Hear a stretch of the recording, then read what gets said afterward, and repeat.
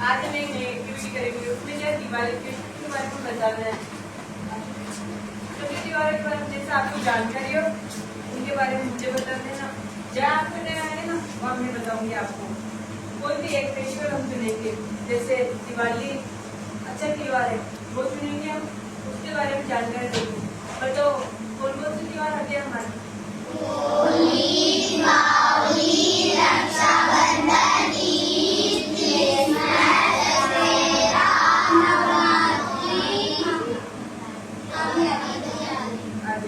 नवरात्रि हो गया, दिवाली हो गई, होली हो गई, ईद हो गए और दशहरा हो गया, क्रिसमस हो गया और नवरात्रि दशहरा भी हो गया। ये सब त्योहार आते हैं, पर हमें एक चूज करना है। जैसे दिवाली क्यों मनाते हैं, क्या कारण है, ये सभी आपको बताना है। जिसको आता है वो थोड़ा बहुत है बता देना, जानना है मैं बता दूंगी। जिसको आता है क्यों मनाते हैं दिवाली क्यों मनाते हैं? जोर से बोलना है।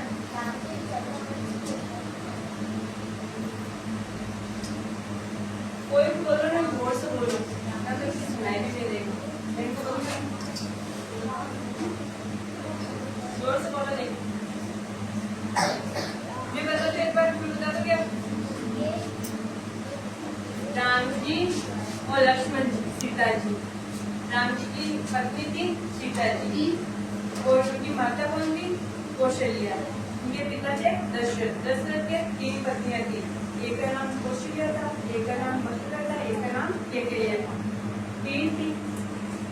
और फिर केकैया ने इतना सोचा तो नहीं कि केकैया उतना ही प्यार करती थी जैसे भरत को करती थी ना अपने बेटे से, वैसा ही प्यार राम जी को करती थी, वैसा ही प्यार लक्ष्मण जी को करती थी। ऐसा कोई भेदभाव नहीं था।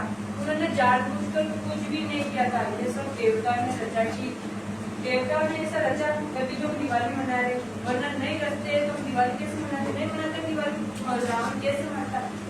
ये सब देवता ने सोचा कि हम ऐसा करेंगे। तो फिर केकैया ने दशरथ जी से 2 वादे मांगे थे कि मुझे 2 वादे चाहिए आपसे।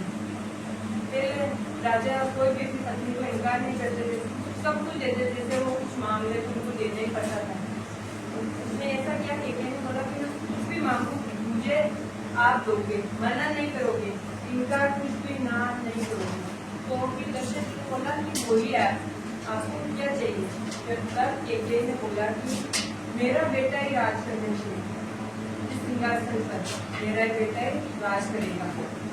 और दूसरा कि राम को आप 14 वर्ष के लिए वनवास दे दोगे। कितने वर्ष के लिए? 14 वर्ष के लिए।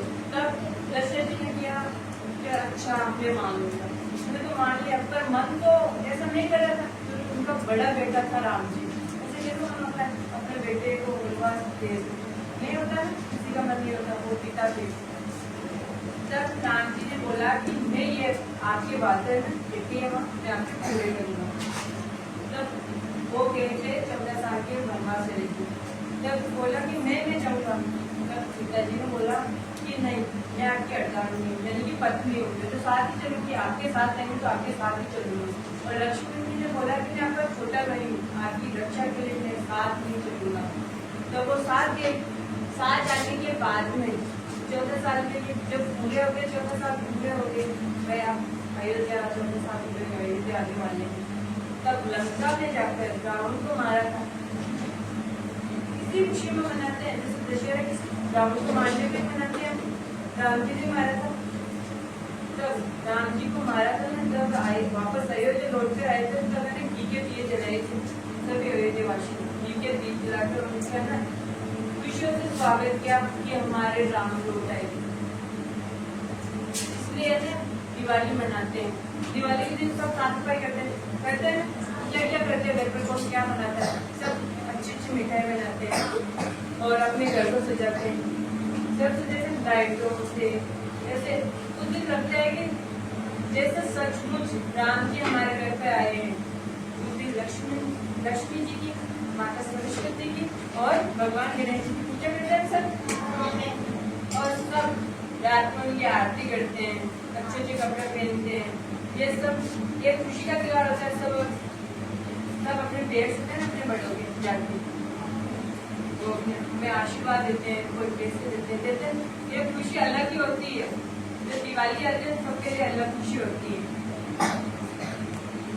तो बताओ आप क्यों बनाते हैं और उस दिन क्या क्या करते हैं दिवाली में? पहले तो आप बताओ कि साफ सफाई करते हैं तो ये बताइए। अच्छे अच्छे कपड़े पहनते हैं।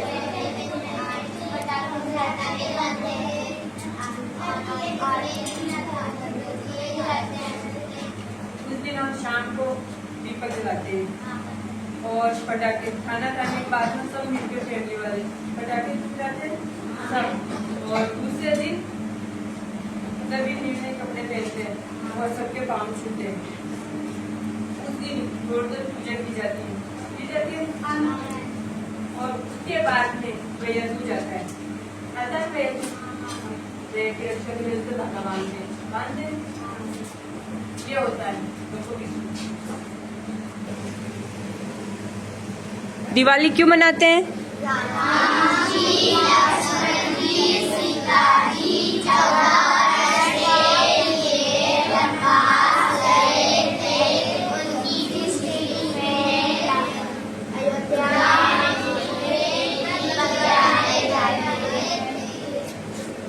इसलिए दिवाली मनाते हैं। क्यों मनाते हैं? वेरी गुड, सबने अच्छा बोला। पता चल गया ना दिवाली क्यों मनाते हैं?